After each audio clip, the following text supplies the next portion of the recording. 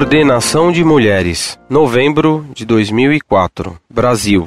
Caríssimos irmãos, tenho ouvido e lido opiniões de vários padres favoráveis à ordenação diaconal e presbiterial de mulheres. Ao ouvir estes comentários, fico terrivelmente perturbado, porque imaginava que já era dogma estabelecido na Igreja e, portanto, isento de contestação, que a ordenação ministerial fosse concedida somente aos homens, a exemplo de Nosso Senhor, que consagrou apenas homens para o ministério. Imagino que de forma alguma isso diminua o papel da mulher na Igreja, pois a figura humana mais abençoada na história da humanidade foi Maria Santíssima. Mas temo que, a exemplo do que ocorreu na Igreja Anglicana, estas contestações criem dificuldades para a unidade no interior do catolicismo. Pergunto, portanto, existe definido em documento, por algum Papa ou Concílio Universal, declaração clara, inequívoca, irrevogável que apenas os homens poderiam receber as ordens sacras? Desde já agradeço. Salve Jesus, Salvador dos homens. Viva Maria, Rainha do mundo.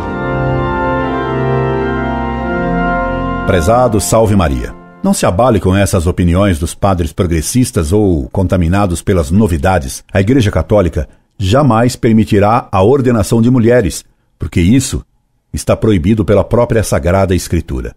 Com efeito, São Paulo escreveu: as mulheres estejam caladas nas igrejas, porque não lhes é permitido falar, mas devem estar sujeitas como também o diz a lei. Essa determinação apostólica contida no próprio texto da Escritura, que, como diz nosso Senhor Jesus Cristo, não pode falhar, não pode ser revogada nem pelo Papa.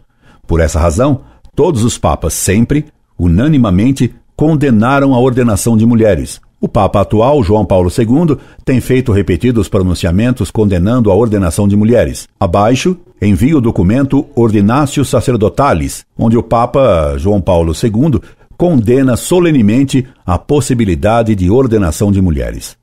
Nosso Senhor só teve apóstolos homens, e não mulheres. Ele é o sumo sacerdote, e o padre na missa atua em persona Christi. Por isso não é possível que uma mulher exerça o sacerdócio de Cristo.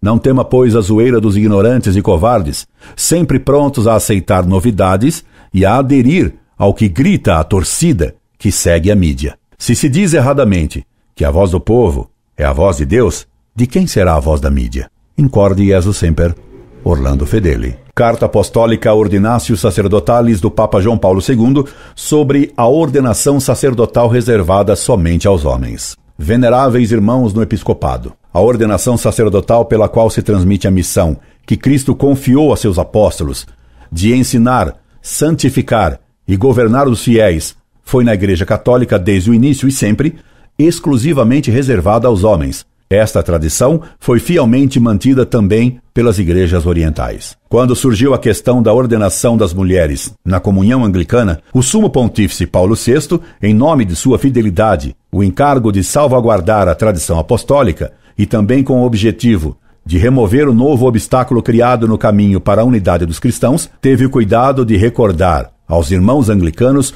qual era a posição da Igreja Católica. Ela defende que não é admissível ordenar mulheres para o sacerdócio por razões verdadeiramente fundamentais. Estas razões compreendem o exemplo registrado na Sagrada Escritura de Cristo, que acolheu os seus apóstolos só de entre os homens, a prática constante da Igreja, que imitou Cristo ao escolher só homens, e o seu magistério vivo, o qual, coerentemente, estabeleceu que a exclusão das mulheres do sacerdócio está em harmonia com o plano de Deus para a sua Igreja. Mas, dado que também entre teólogos e em certos ambientes católicos o problema fora posto em discussão, Paulo VI deu à Congregação para a Doutrina da Fé mandato de expor e ilustrar a este propósito a doutrina da Igreja. Isso mesmo foi realizado pela Declaração Inter Insigniores, que o mesmo pontífice aprovou e ordenou publicar. Isso mesmo foi realizado pela Declaração Inter Insigniores, que o mesmo sumo pontífice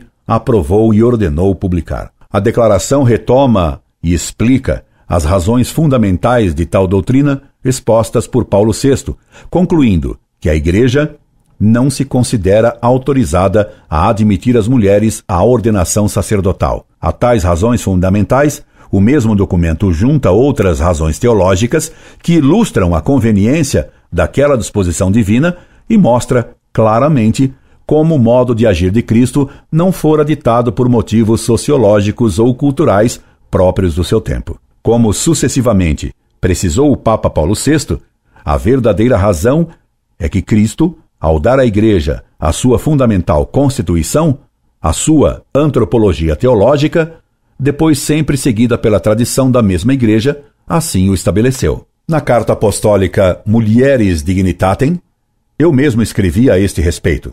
Chamando só homens como seus apóstolos, Cristo agiu de maneira totalmente livre e soberana. Fez isto com a mesma liberdade com que, em todo o seu comportamento, pôs em destaque a dignidade e a vocação da mulher, sem se conformar ao costume dominante e à tradição sancionada também pela legislação do tempo. De fato, os evangelhos e os atos dos apóstolos atestam que este chamamento foi feito segundo o eterno desígnio de Deus. Cristo escolheu os que ele quis e fê-lo em união com o Pai, pelo Espírito Santo. Depois de passar a noite em oração, portanto, na admissão ao sacerdócio ministerial, a Igreja sempre reconheceu como norma perene o modo de agir de seu Senhor na escolha dos 12 homens que ele colocou como fundamento da sua Igreja. Eles, na verdade, não receberam apenas uma função que poderia depois ser exercida por qualquer membro da Igreja, mas foram especial e intimamente associados à missão do próprio Verbo encarnado. O mesmo fizeram os apóstolos quando escolheram os seus colaboradores, que lhes sucederiam no ministério. Nessa mesma escolha estavam incluídos também aqueles que, ao longo da história da Igreja, haveriam de prosseguir a missão dos apóstolos de representar Cristo Senhor e Redentor. De resto, o fato de Maria Santíssima, Mãe de Deus e Mãe da Igreja, não ter recebido a missão própria dos apóstolos, nem o sacerdócio ministerial, mostra claramente que a não admissão das mulheres à ordenação sacerdotal não pode significar uma sua menor dignidade, nem uma discriminação a seu respeito, mas a observância fiel de uma disposição que se deve atribuir à soberania do Senhor do Universo. A presença e o papel da mulher na vida e na missão da Igreja, mesmo não estando ligados ao sacerdócio ministerial, permanecem, no entanto, absolutamente necessários e insubstituíveis, como foi sublinhado pela mesma declaração Inter Insignores. A Santa Madre Igreja auspicia que as mulheres cristãs tomem plena consciência da grandeza de sua missão.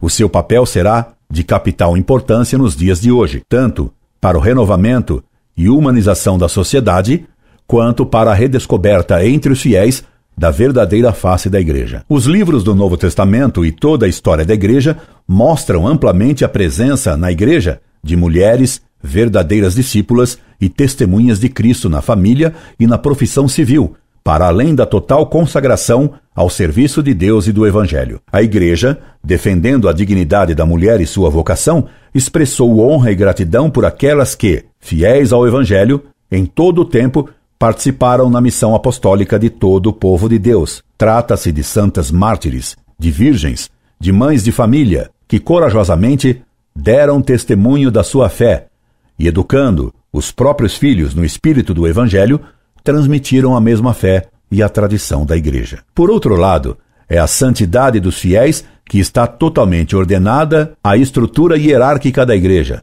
Por isso lembra a declaração Inter Insignores, o único carisma superior a que se pode e deve aspirar é a caridade.